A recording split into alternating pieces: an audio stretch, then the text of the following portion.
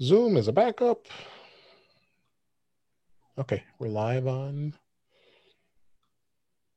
The Facebooks. YouTube. And let's see if Facebook's giving me a problem again. Yep, we're live everywhere. Those two places. Thank you. All right. Bring in my notes. We're at episode So 118. is this when I start singing, or is that later after this is over? Please don't. You'll scare everybody away. Okay. I'm used to that. I'm like the freaking lurch. All right, guys. We're gonna start here. I think I got everything here. Looks good. Recording. Good. All right, we're starting in 5, 4, 3, 2.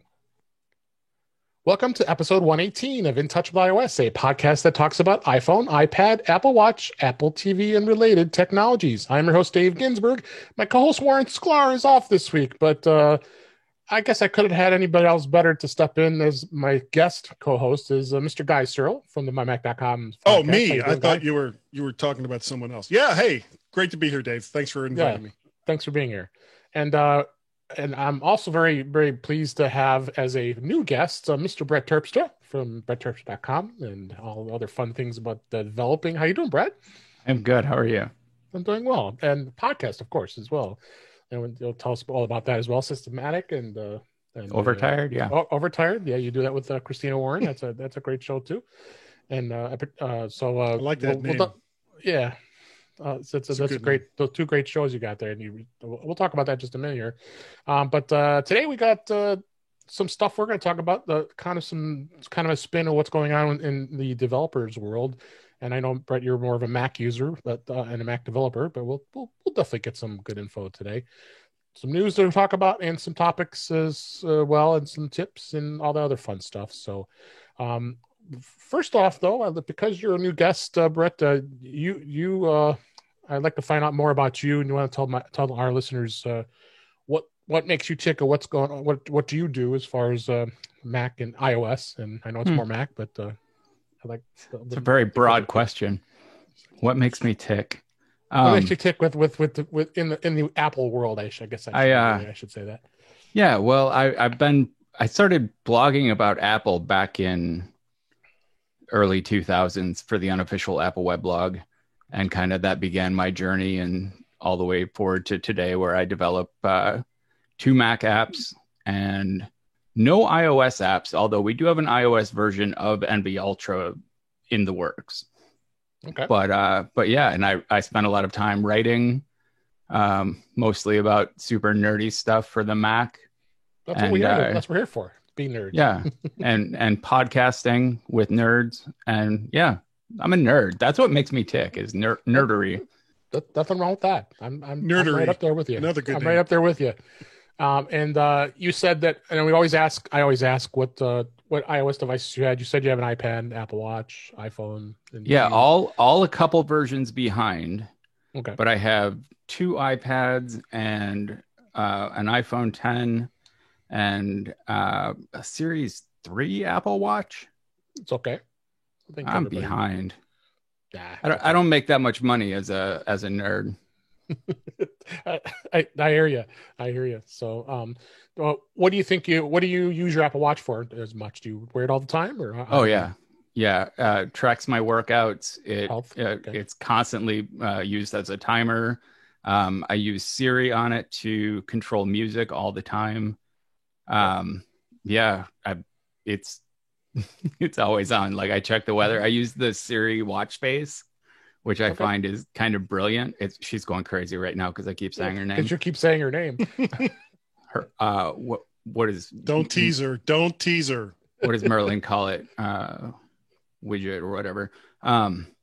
Yeah, but no, the Siri watch face. God, I keep doing it.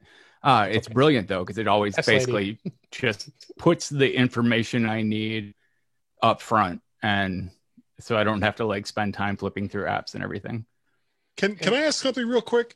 Of course. Have either of you noticed that like when S Lady first came out, she was like as close to useless as any voice assistant could possibly be.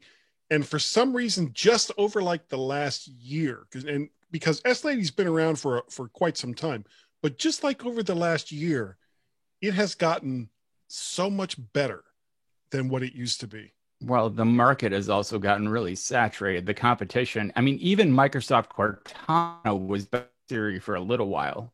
Like the competition got fierce, machine learning picked up. Like the AI behind all of it has improved drastically since it came out.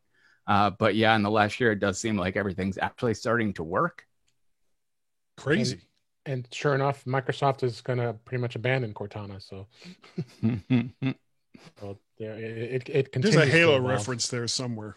Yeah, and again, you're primarily a Mac developer, and you had mentioned that you as well as, of course, you have a developer's account, and you have this Apple Silicon machine. Have you been doing some developing on it, or? I'm pretty sworn to secrecy on it, but yeah, I've been mostly using it I'm trying to get silicone ready versions of my apps out the door in time. Okay. Not that either of them are going to make full use of the platform. I mean, my main commercial app right now is a Markdown previewer that will run fine for years using Rosetta. It's going to be okay. I just really wanted to get my hands on one and just start playing with it. So sure. And you're about to be attacked. Yeah, it's your cat's coming. He's coming for me. And do you? So will that app? Will it be available on iOS at some point? Marked will probably never be available for iOS, but NV Ultra, which is the note-taking app that Fletcher Penny and I are working on to replace NV Alt. That one, we already have an iOS version of it, and we may streamline development and make something that's truly cross-platform. Great. Of course, you think that it's going to be much easier now that both iOS and the Mac OS will be sharing the same hardware? Yeah, having the same processor removes a lot of complications of having truly cross-platform code. Yeah. The operating systems don't really have parity, though. I could make an iOS app that you could use on a Mac, but I like making apps that make use of Mac OS. And right now, the way things are, you lose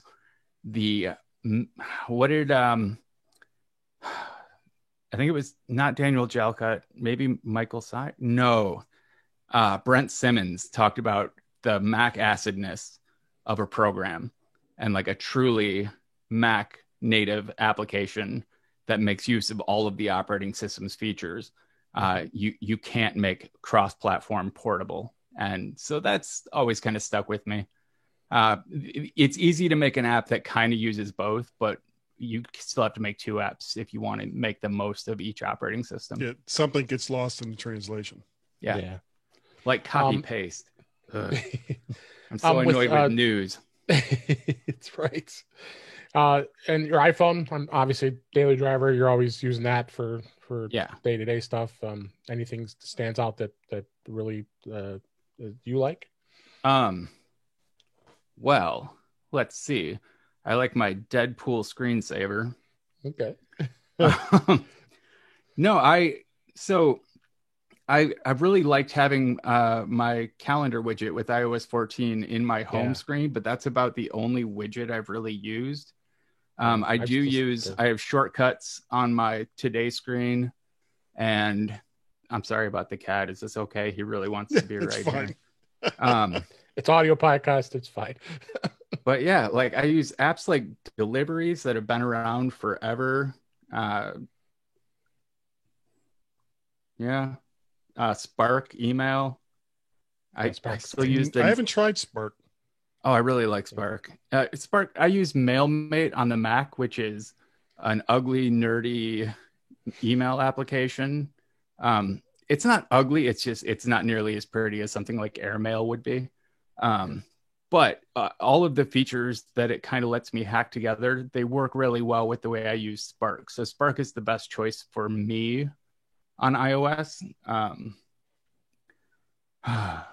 But yeah, I mean, most of what I use my iPhone for is all like I use Twitter's Twitter app, I use Slack app, Facebook's Facebook app. Yeah, just like Discord most of us. app.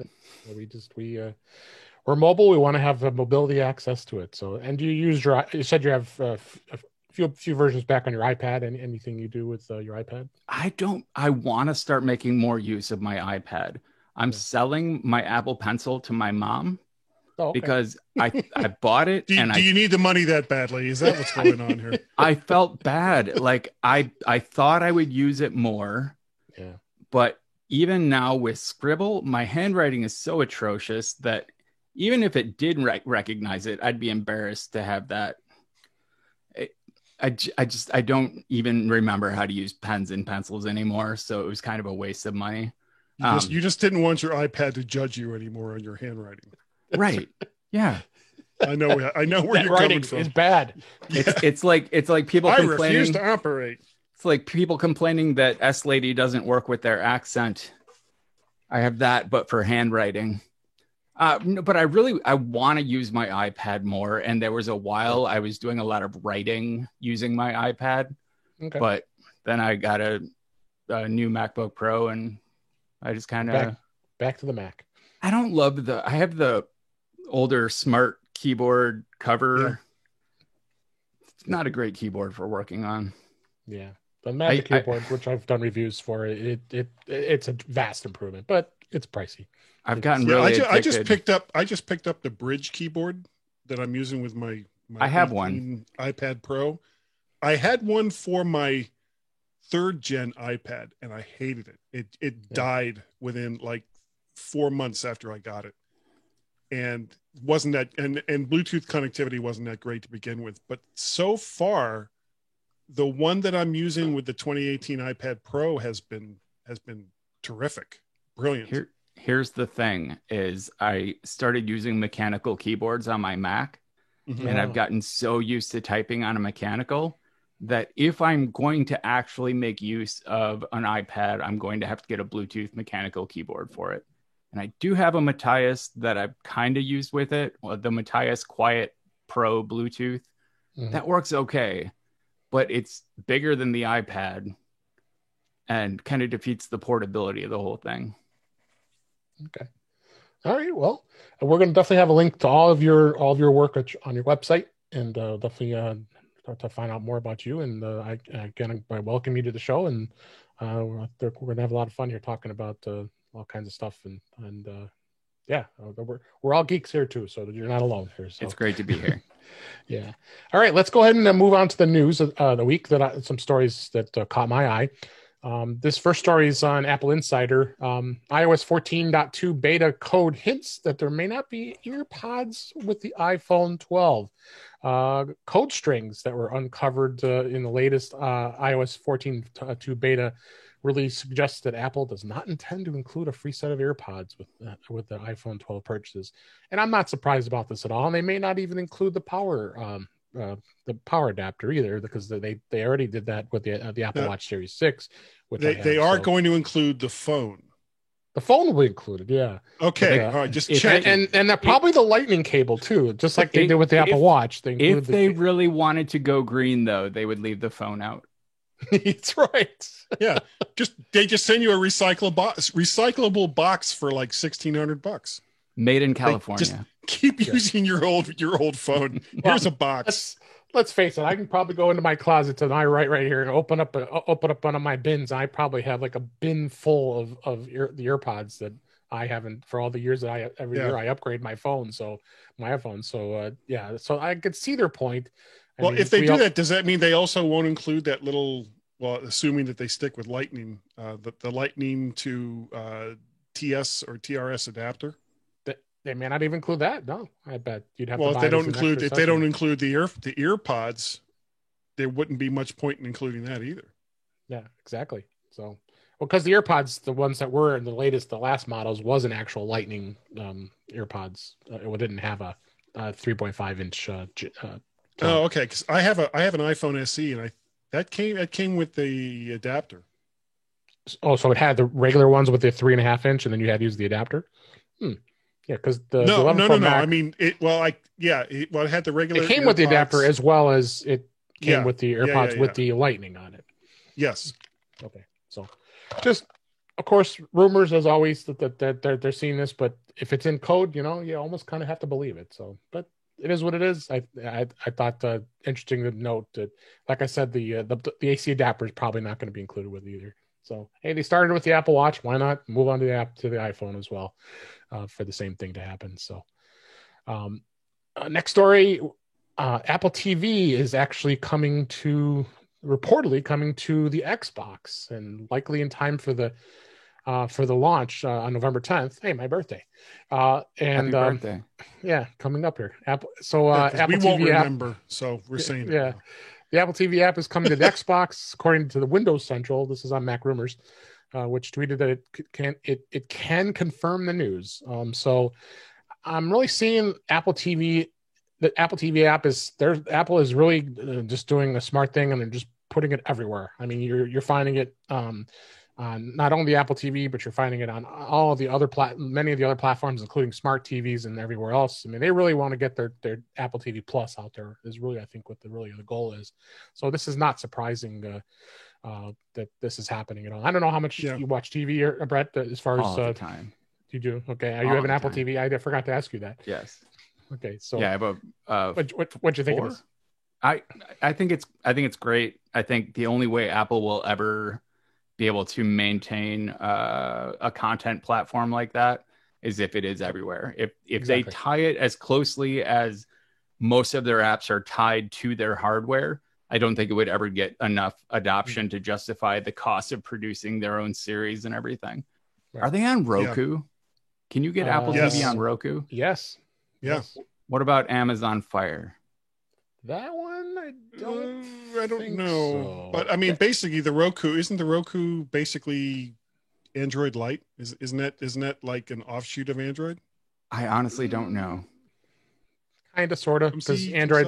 We're going to be talking about the Chromecast here in a topic here coming up. Okay. Well, I see that the death of the Apple TV as a streaming box. I can't see any reason at this point for Apple to update it to 4K or to anything else. Let somebody. I mean, these TVs now, the smart TVs, have all of the hardware to do all the encoding. So why even bother? And this is probably worse news for Roku, which is kind of a one-trick pony other than their content delivery system. And others, like I can't see the Amazon Fire Stick or the Fire whatever's lasting as a streaming box for another 2 years. I just don't see it happening. See, with the Fire Stick, it's like $30 and you get a pretty decent app ecosystem out of it. Like at a couple $100, the Apple TV is a little more of a buying decision, and Amazon will let you spread your $30 out over 6 months and pay like $3 a month with no interest. Yeah. I think they can survive, assuming they're not losing money on that. But yeah, I agree. There's the future of the Apple TV seems virtual. It's in question. I personally, I love my Apple TV. I don't want it to go away. Me too. I wouldn't want to switch to like built-in smart TV. I don't like at this point, the only thing that it has that's not available through the other app on all the other smart TVs is Arcade. Everything else is done right through the Apple TV Plus apps. Yeah. Arcade's the only bit that's left. That's unique. The system-wide search of everything except for Netflix. There's a lot to being able to ask Lady to just find a show across all of the apps. Like that's the kind of thing that ties it together as an ecosystem. And it sucks that Netflix has not allowed the deep linking that everything else has, but still, if I want to find a movie and I have 5 different streaming services to look through, it's really nice to just search for it in one place and have it come up. Yeah. So I would say S Lady is a selling feature of the Apple TV. Oh, for sure. for sure. Yeah. They just got to fix the remote. And we've talked about that before. I have a Function 101 remote that is awesome, but that doesn't have the S Lady built into it. My favorite thing is being able to say, what did she just say? Exactly. And have it rewind 30 seconds and turn on subtitles for 30 seconds to tell me what a character just said. What she said. It's perfect. I love that. I use it all the time. That's what she just said. So let's go and move on to the next story. Apple acquired podcast app Scout FM earlier this year, and now it's shut down. I know the guy you guys talked about this on mymac.com podcast. It's the website Scout FM is now defunct, but it was available on iPhones, Android devices, and Amazon smart speakers. But and Scout FM generated podcast stations covering various topics similar to like a radio station, but for a podcast experience. Of course, Apple's being very vague of what they've done with it. They did purchase it, and Apple seems to be planning to do an audio spinoff of some of its original television movie content, and this could be like a platform that they can incorporate in the podcast app and other places. Yeah, I think that's what they're going to end up doing. I don't think it's going to exist as like a separate app. They'll just incorporate the technology. Yeah, I think they've done that many times with different Sherlock companies they've bought. What's that? Sherlock. They Sherlocked it. And Brett, I know I assume you're a podcast listener, and this is probably something you would think. I would hope so. We're all podcasters here, so we might be listening to a few as well. But I listen to a couple, like a month. I don't do good at listening to podcasts. Yeah, I can't, if they're on in the background, they're too distracting to work to, and I don't commute anywhere. Yeah. And I rarely set aside an hour to just listen to a podcast. So I'm a horrible podcast listener. That's okay. Yeah, I'm kind of the same way. I mean, I have, and unfortunately, my commute I say unfortunately, it's actually great that my commute to work when I have to go into the office is only like 20 minutes, 25 minutes, which is amazing here in the DC area. But 20, 25 minutes is not even enough time to listen to like half or a third nowadays of the MyMac podcast, especially with the after show, which most people just skip to anyway. So, yeah. So then the last story I had was, which I figured it already was, the iPod Nano is now quote unquote obsolete. The last iPod Nano model was marked as vintage, as Apple meaning it's no longer possible to get it repaired.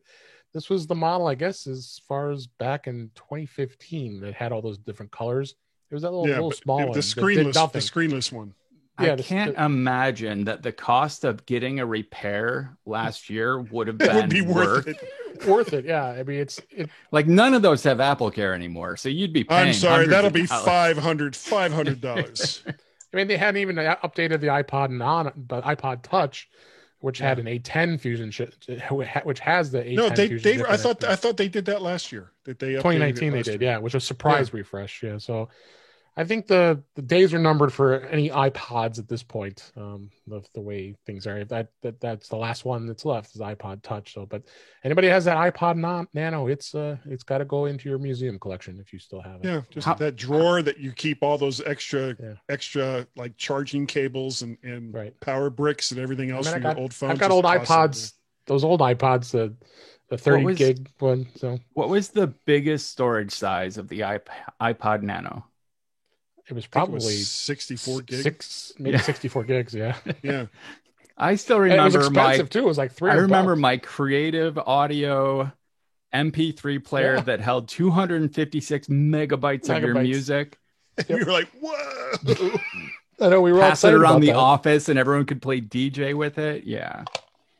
It's like with the very first iPod that was FireWire. I mean, from when it first came out. So I mean, I still have a couple of my old iPods, the 20 gigabyte iPods with the mechanical drives in them, and you would always hear the click. Oh yeah, ClickWheel, the ClickWheel white iPods. I had that, and I have very fond memories of it. I still have it around somewhere because I couldn't bring myself to let go of it. I'm going to hold on to it until it's like vintage computer.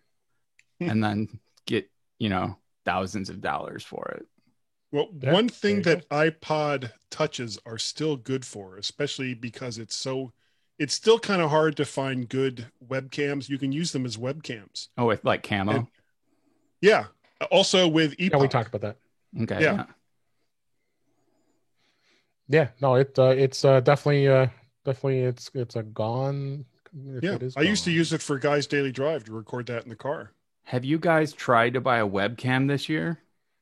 It's I tried to buy one. I tried to buy one from my brother, who lives down in Florida, and I ended up getting him some. I couldn't even tell you what the name of it was. It was some unpronounceable name, and when I got it, it was $50.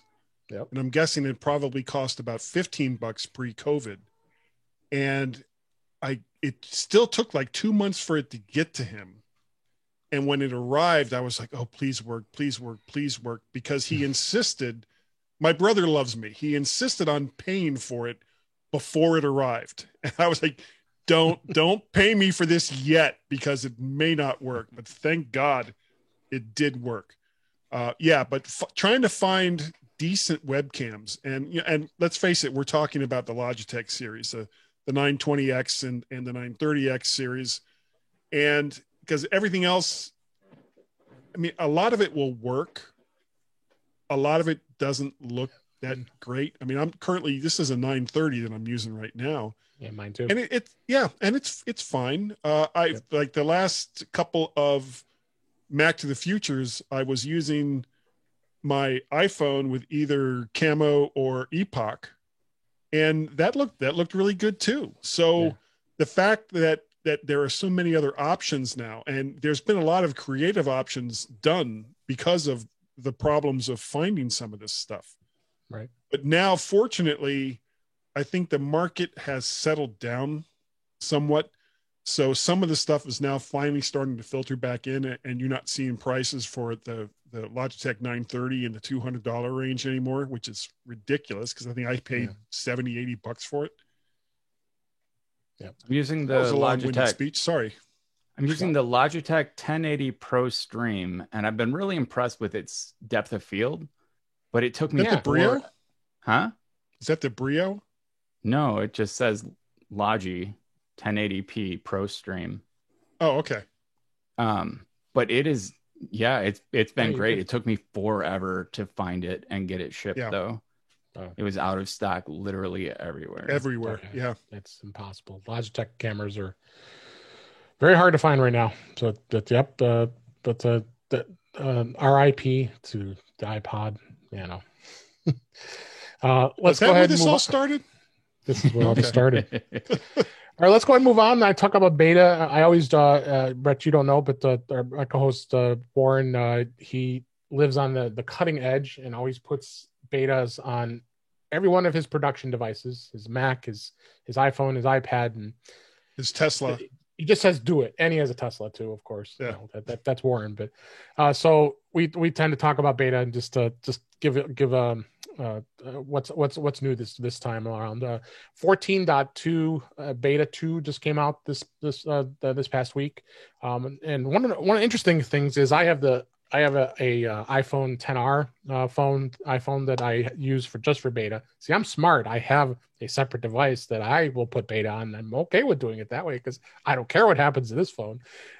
For some reason, beta 1 there was a bug, and I had never seen that before for just the 10R, and I couldn't update it. So it wouldn't. In fact, I had downloaded it before they pulled it from the developer and the public beta, it was really wonky. I would try to get the passcode. The screen was like halfway up. You couldn't even get to barely could get to the buttons. It was really bad. So they pulled it, and I had to revert this back to 14.0 at the time. And now they released it. Now it's now out available on 10R again. So I know everybody's excited about that. But biggest things they've added with 14.2 is Shazam, which of course that's another company that Apple purchased a while ago, and that is now going to be incorporated into the control center. So you're going to be able to actually get to it and be able to say that. But the most important thing that they did is they got some new emojis. So it's really important to, those are really important things that we're sweating over. And yeah, I have links here from Mac Rumors as far as some of the things that they've introduced, including Ninja and smiling face with tear. They a disguised face. Those are important things here. So in the show notes, it lists Ninja and Pinata, and I read it as Nina and Pinta, and I thought the next one was going to be Santa Maria. Yeah. Only for Columbus Day. Because Columbus Day is coming up here in the United States. So, so that I think that's what it was. So, but those are really the things that stood out. Watch OS 7.1, which I would never put on my watch because there's no going back once you go forward. So, but that's out as well as, of course, Mac OS Big Sur is coming very soon here.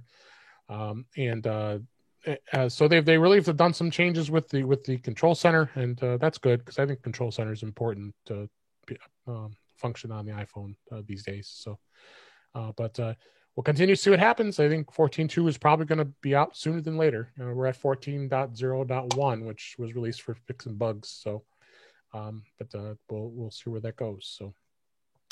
So let's change gears here and let's talk about a topic that I know is near and dear to Brett's heart, is text editors. You have an amazing grid and showing of all I can't even believe there's so many. There are these many text editors available for Markdown and other things. What inspired getting this text editors list together that you put together on your website?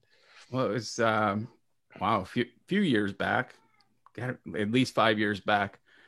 Just the wealth of text editors that were being created for iOS, and as someone who blogs a lot about applications for Mac and iOS, people were always asking me what text editor would do this thing for them. So I took it upon myself to crowdsource.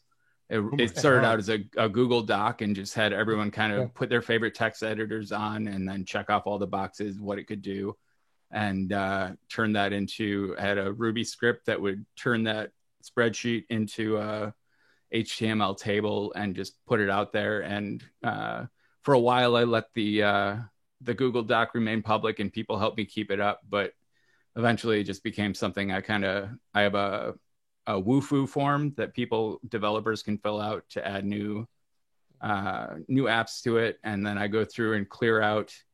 Last culling took about 30 text editors out. So what you see now is 30 fewer than it was a year ago. Oh yeah, because there's a lot here already. Like look at this list. Like holy cow, I didn't realize. I haven't heard of like half of them. 90% of these. Yeah.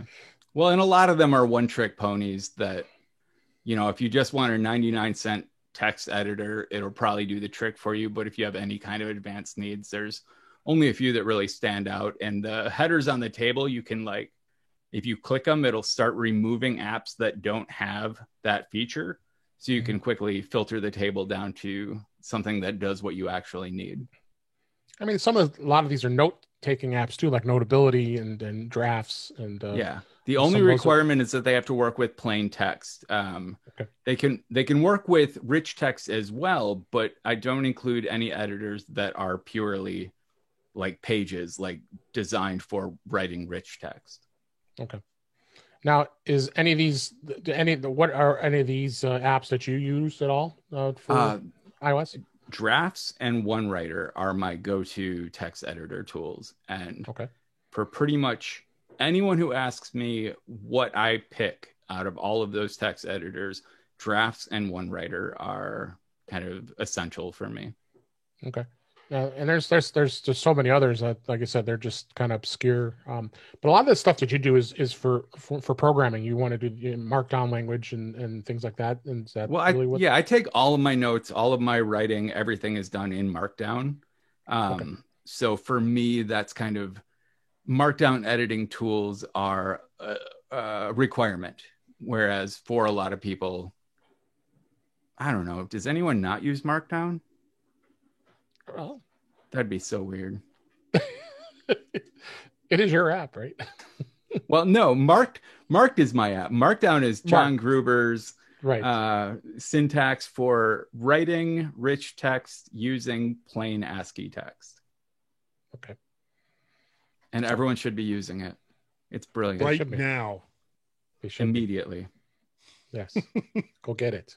But yeah, I have a link in the show notes to this great grid, and you can just go and look and see what's going to work out best for you. Guy, did you?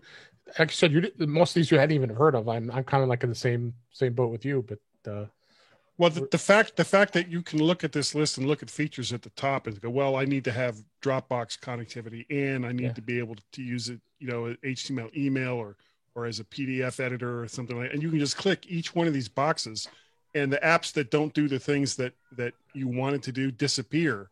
And so it kind of narrows down the number of apps based on feature set. And that is just brilliant. That is really, really good programming. Hey, thanks. That is a great web page. Yeah, this is. So we'll definitely have a link here in the show notes. You can see it. And I said, if more of them were free, I would probably download them, just like load them up on one of my beta devices and just try all kinds of them. But what's expensive. Sad is that list got so big and unwieldy that there's really no way to look at it on an iPhone. Right. So it's a catalog of iOS apps that you can't really access from an iOS. Mobile. That's not mobile ready. So use your Mac to look at this list. So it's mobile ready. It's just not mobile friendly. I had considered like turning the whole thing if I sold enough advertising for it, because honestly, it's one of the highest traffic pages on my website. And I see that in your to-do here that you said that you're still trying to figure out how to get it. I had considered selling ads and actually making a little network of because you could take it and not just text editors. You could have best photo editors or best music apps, and you could set up grids for all of them. And I could get people to moderate each section, and I could turn it into a whole network. And I probably could have made enough of a go at it to scrape by, and then, be able to afford the development time to make a mobile version, but it didn't interest me that much. Yeah. Well, like I said, this is a pretty amazing list at what you got here as it is. So we appreciate it. I think I'm sure many others out there do as well. And if anyone's looking at that and they think, hey, why isn't this app on there? There's a form you can fill out and get it added. There you go. Yeah. So take a look at it, and like I said, you'll find some. You might find a note-taking app or editor that you'll like. So we appreciate it. So, and then next topic I wanted to talk about a little bit here is I don't know about you guys. iOS 14. I have tend to notice that I've got the 11 Pro Max, which is is a year old, and I have been noticing that the battery has been draining a little quicker than normal. And one of the weird things that came out today was the other day about this. When you go talk to Apple with your Apple Watch and your iPhone, Apple's suggesting that you wipe and restore both of them, which seems to me a little bit extreme. I don't know about you guys, but a little bit. This is an actual support article. And what's that supposed to fix the battery drain? Yeah, that's what they're saying, because I would link to a story on iPhone hacks, because what was happening is there was missing GPS data and or facing excess battery drain on iPhones or Apple Watch. Apple's just recommending restore your device. I'm like, really? There's an actual link published. It's a new support document with possible solutions, what you could do, but what they're saying is, unpair your watch and back up your back up your iPhone in the for unrelated reasons. I just did that, and I still have battery drain. Yeah. So my phone started tapping itself, it would just go berserk and just start opening apps and moving things around, and with nothing touching the screen. So I got it. I sent it in, and they gave me a brand new one. So this is a brand new phone, supposedly. It's still doing it? Yeah.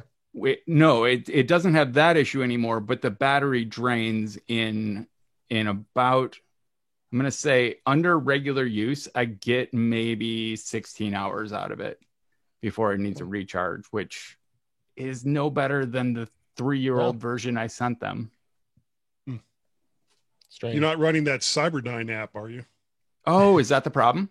It could be. Could be. And then there was another article that I linked in, and we've talked about this before on some tips on how to improve your iPhone battery life.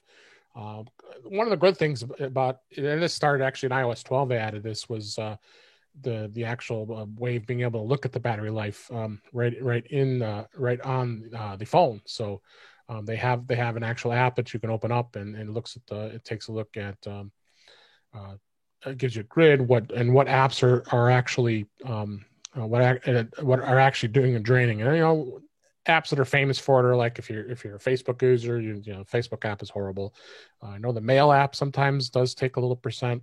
Like this picture here is showing that Twitter was taking up about 31% of the activity, and it was starting to affect some battery drain. So you kind of look at apps, and then you have to kind of decide, okay, are those apps that important to you? and maybe you delete them, and maybe use a web-based version. And I think that's what a lot of people do with Facebook. They just fed up with the battery life, and they just stop using or stop using Facebook altogether. Well, you got that. You got that too. Reasons beyond battery life. You could just stop using Facebook. Right.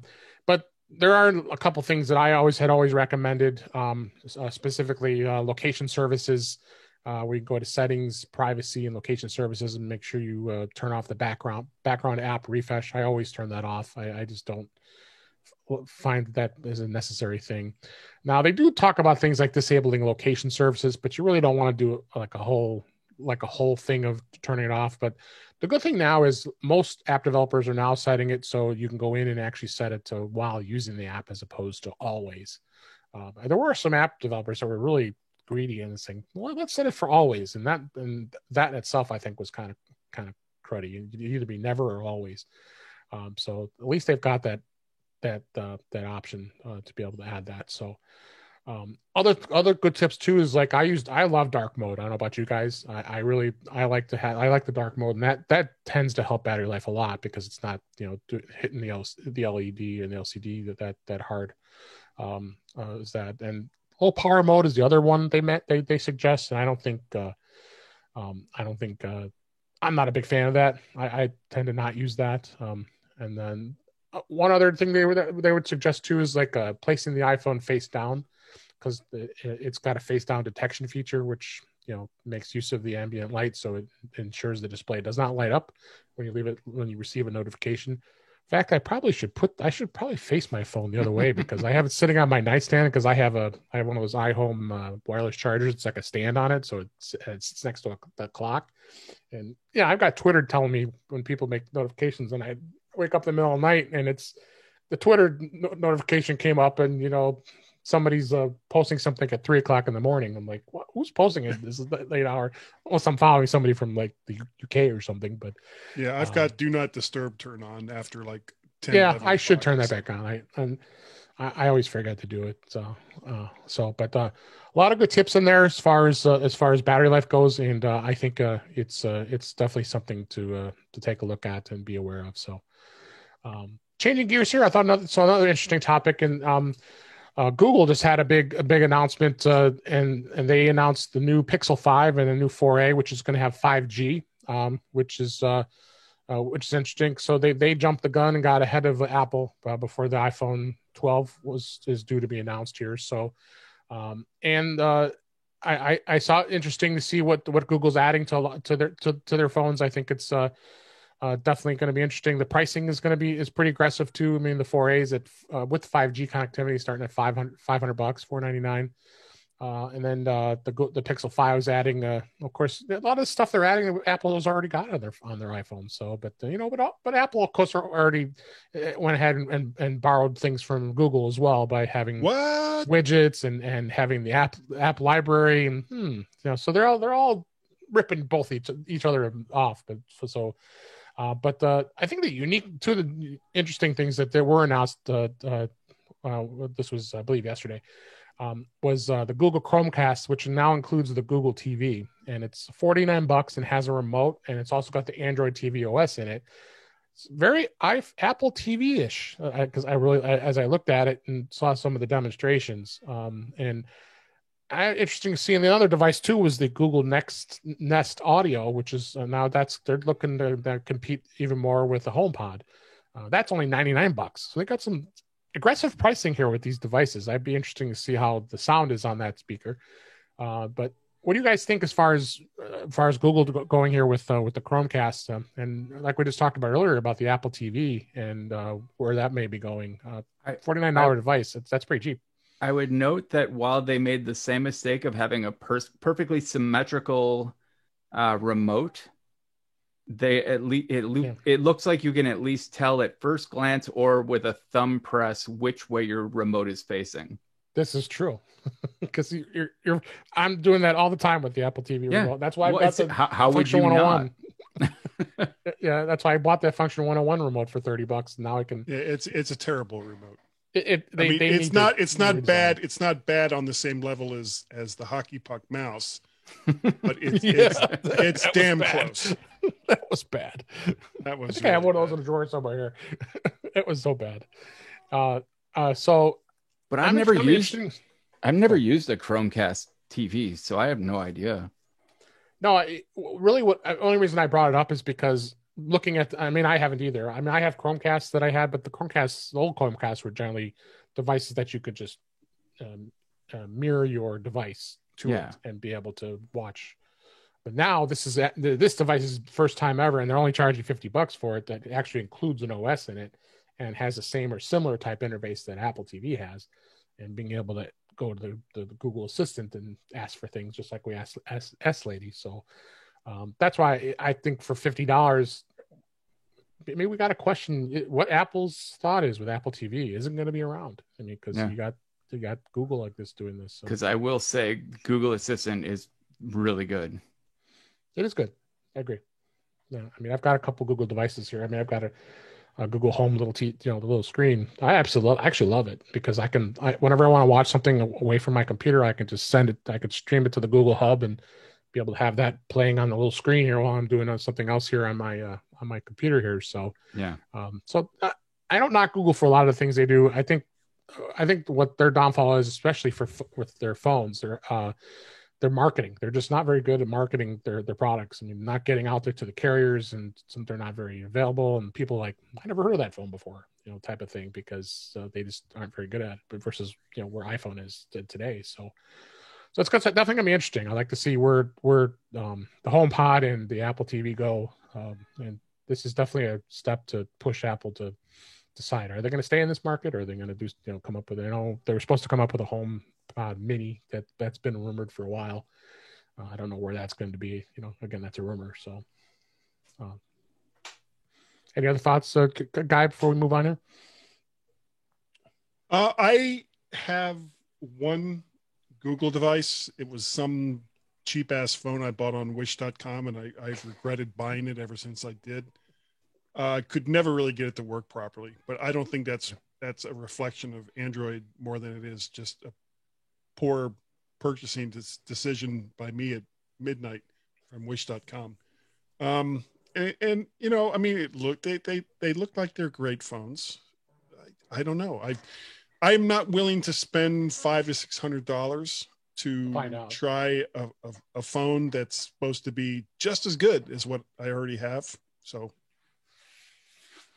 Yeah. All right. Moving on here. I was fortunate enough earlier this year, as many who listen know, I was able to go to CES for the first time back in January before the pandemic hit here. So, because just shortly thereafter, and we weren't doing anything. So it was kind of I was very lucky being able to go. I had a lot of fun and got to hang out with Chuck Joyner and Allison Sheridan and many others. So we had a lot of fun. As well as get to see all the new stuff. So, and I got to interview a number of folks, and one of them was a company called Sketchboard. Sketchboard Pro is the website, and by no means am I an artist. I can say that I'll be the first disclaimer here about talking about this. And what they have here is called the Sketchboard Pro, and this they sent me a review unit, and I wanted to kind of give a quick review of it. This is a really nice, well built sketchboard, bro. For people watching on the stream here, this one here that I have is actually holding a 12.9 inch iPad Pro in here, and it does have feet on the back here, and what you do is you actually flip them out, and you can have it in a tilt position, and be able to actually draw and be able to go through and draw things. It holds the Apple Pencil. It does, and I have Procreate on here, and I was actually doing some things with the Apple Pencil and drawing it. It is really comfortable. And I guess the biggest complaint, if you actually go to their website, watch the videos, was the fact that artists tend to, when they were doing their work on an iPad, that their hands would start getting numb and not being able to, because they had to actually hold the iPad and not have a place that could be comfortable. Yeah. And what they decided to come up with is this really solidly built board. I mean, this thing is I'm very impressed with how they built this. So, is it obviously a niche device? I don't think too many people, other than probably in the art community, are going to probably want to buy this. But I think it's a really cool way. As you see here, they even put a hole here for the camera. So if I really want to take a picture and I have it in the board, I don't have to take it out. I actually could take a picture of that. I already make fun of people that holding up their iPad. Can you imagine me holding this thing up like this? I'm holding it up here, and I'm taking freeze. I'm taking your picture. You look like one of those old time picture takers where he puts like the cloth over his head and the whole thing. So check them out. I give a shout out to JJ, who's kind enough to send this to me as a review unit, and I have a link to their website, and the price is not too terribly expensive. It's on pre-order right now. They've already sold out of a number of them already. It's $79, and it is definitely something to check out if you happen to be an artist and want to do that. So, and then. With that, I've got a couple tips here in here we're going to go over real quick. The Messages app in iOS 14. I mean, there's so many things to talk about iOS 14, and it makes my mind numb because there's just so many things that are so new in iOS 14. And I know a few guys have taken advantage. Of course, in Messages, you use Messages. Mm-hmm. Some of the things that are now available in Messages, it's really cool. And the biggest thing I really like was pinning messages to the top of the group. Brett, have you done that in your Messages app already? Yep. I've pinned contacts and pinned conversations. Yeah, I love it. Yeah, so I've got the common conversations, and I went and what's really cool is you go into the conversations, you actually can tap it, go to info, and you actually can go in and change the name and the photo of the conversation. Which is really cool, and being able to do that, and then and you also can actually, including group messages, you can go to single messages by swiping right and then tapping hold. Allows you to be able to single out messages in that as well, and if you want to reply to a prior message in that group, I think that's cool too. You just tap it, and then you can go reply, and it'll highlight just that message in the group. It's how cool is that? Because I mean, everybody's gonna still be able to see that that message, so it's not gonna be private.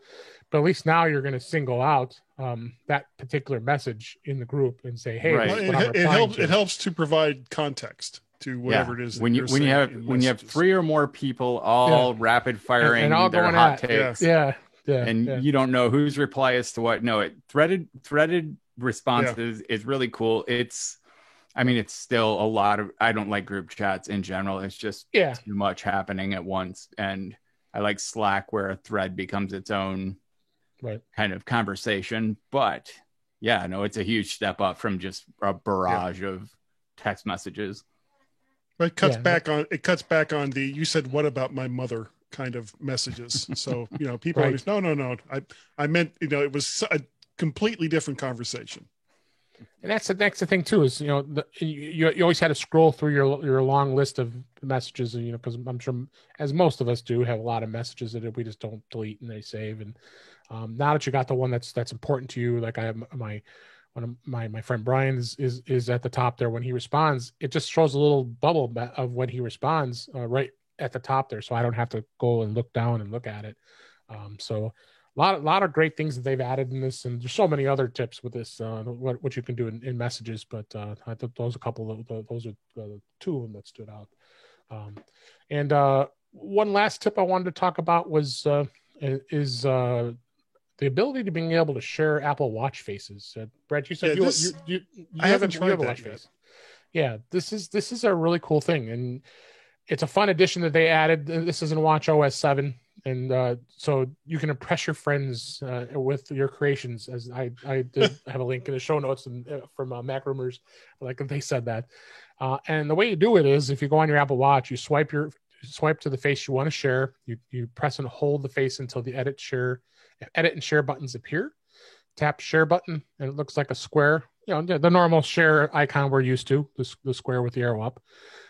And you tap add a contact, and then of course you have to speak it to get it in there.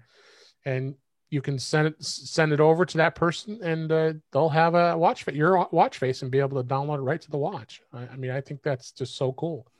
And then you go into the iPhone, and you can go in there as well and be able to share it. So, did you guys do a lot of watch faces? Guy, you said you don't. Did you change your? I'd heard about that feature, but for the most part, I mean, my watch face is basically you've got time, and then you've got in each corner some different little function that I use, like battery, what my battery life is that's left, what the current temperature is, things along those lines. And I know that there's a plethora of like other watch faces out there. One thing that I heard someone talking about on some show, why Apple doesn't allow other people to sell watch faces, that this was something that I guess was thought would be a huge market for someone. I don't know. I love my Apple Watch, but I don't know if I would be interested in most watch faces beyond the ones that are just normally supplied. Yeah, that's what I am. I use I keep the chronograph and the watch hands. That's the one I've been using for years. I really haven't changed. So, Brett, any watch faces do you use? Like I said, the S Lady watch face is all I need.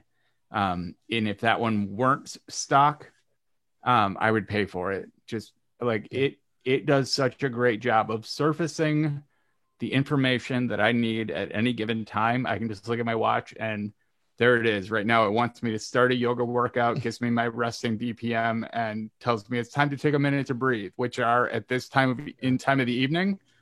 Those are three things that could be happening. Absolutely. And like I've got my weather just one scroll away. It's kind of ideal to me. It thinks for me. Do you have the watch that has cellular connectivity, or is it just paired with your phone? Yeah. Okay. I ended up getting that with the watch. I just got the Series 6. If you don't know, Brett, just bought it and did a review of it last week. I did get the one with cellular, but I didn't turn it on, only because I didn't want to wait. Yeah. better be quiet. I don't want my wife to know. But I traded in my Series 4 and got a little credit on that. So it's a great watch. I've been very happy with it, and the Series 3 actually is a really good watch too. So then I think you should have no complaints. That's the one I started with, was the Series 3. And I had that one, went to the Series 4, and then was smart and did not upgrade to the Series 5 and waited. And then I still have a water damaged Series 1 if anyone wants it. How could you have a water? I mean, did you swim in it or? Took showers. Just took enough showers with enough steam that it eventually stopped working. It was like, hey, cut that out. You're supposed to be able to swim in it. I'm very nervous of swimming in the Apple Watch. I don't think I would ever do it. It just especially it's too expensive for me to be worrying about although it does get all the water out once you with the crown, the digital crown, and push it. So it definitely is something great. So, but anything else you guys have that stands out for iOS before we wrap things up? I think I'm good.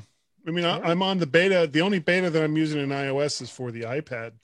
Right. And the thing that drives me crazy about the iPad, two things. Number one, multi-user isn't there. Number two, multitasking, the rules just keep changing on how to do different things at the same time with an iPad.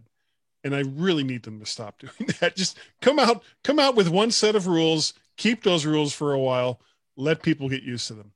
Especially now that you have you can have a full-time pointer icon thing, whatever you want to call it, which I love. The Bridge keyboard I have has a built-in trackpad, so I love that thing. It's so much easier to get around, especially in things like writing apps.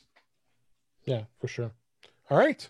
Well, let's go ahead and wrap things up here then. There's a great show. Appreciate you guys being on the show here. And that's a wrap for this week. Please send your comments, questions, and suggestions to our email address, feedback@intouchwithios.com. You can follow us on Twitter @intouchwithios. You can subscribe in your favorite podcatcher, including Apple Podcasts and many others, including Spotify. And better yet, just go to our website intouchwithios.com, where all the links to all the ways to listen to us are there. I am Dave Ginsburg, and you can find me on Twitter @DaveG65. Brett, thanks again for being here. We hope you enjoyed it, and we surely did. And where can people find you? You can find me at brettterpstra.com. You'll find all of my projects and things like the text editor comparisons there. And TT Scoff on any social network you type it into. And then you can find my podcast, Systematic, is at systematicpod.com, and Overtired is at overtiredpod.com. Can I ask you, what is the Overtired podcast? I'd love that name. Two ADHD pop culture fans with like various. It covers mental health, a lot about Taylor Swift, and then super nerdy stuff like building keyboards and. It's Christina Warren, if you're familiar. She's right for Mashable. Now she works at Microsoft. She has an encyclopedic knowledge of topics Swift, including Taylor Swift and 90s teen soaps. So if you want to hear a 10-minute screed on Beverly Hills 90210, this is the show for you. She's your girl. And I'm the balance. Like, so she goes off on those, and I'm the guy that's like, all right, let's bring it back. Reel it in. Okay, yeah. Come on. We have fun. Nobody cares what Brenda's doing, you know. We'll have all the links in the show notes to get to find you. Appreciate you being on the show, Brett. Guy, thanks again for guest co-hosting. Where can people find you? You can find me. You can send me email at Guy, oddly enough, at mymac.com. Much like Brett, you can find me almost everywhere on the various social networks if you look up my name, or Mac Parrot. One that I'm kind of putting out a lot more now is VertShark, because I have the vertshark.com website where all the audios and videos can be found. Of course, I do the My Mac podcast each and every week with Gazmaz over there in the UK, and the Mac to the Future livecast go normally, not this week, but normally on Wednesday nights at 8 p.m. Eastern Standard Time. And lastly, a little bit of insanity, Guy's Daily Drive that I don't do every day, but I am driving, that you can find in YouTube at VertShark in both audio and video versions. If you go to your podcatcher of choice, just look up Guy's Daily Drive. You'll get Guy's Daily Drive. You'll get the Mac of the Future audio version. You'll get the video, the audio video version, which doesn't make any sense, but it does if you listen to it, of the mymac.com podcast. So many things all in one feed because I'm too cheap to break it up to another feed. Okay. Well, thanks for being here. Appreciate it. Sure. And thanks to everybody out there listening. We really appreciate it. We really appreciate it. And we'll talk again soon. All right, guys. Thank you. Hey. Yep. I got to go get dinner. This is fun. Yeah. Thanks. Where are you? Where are you, Brett? Minnesota.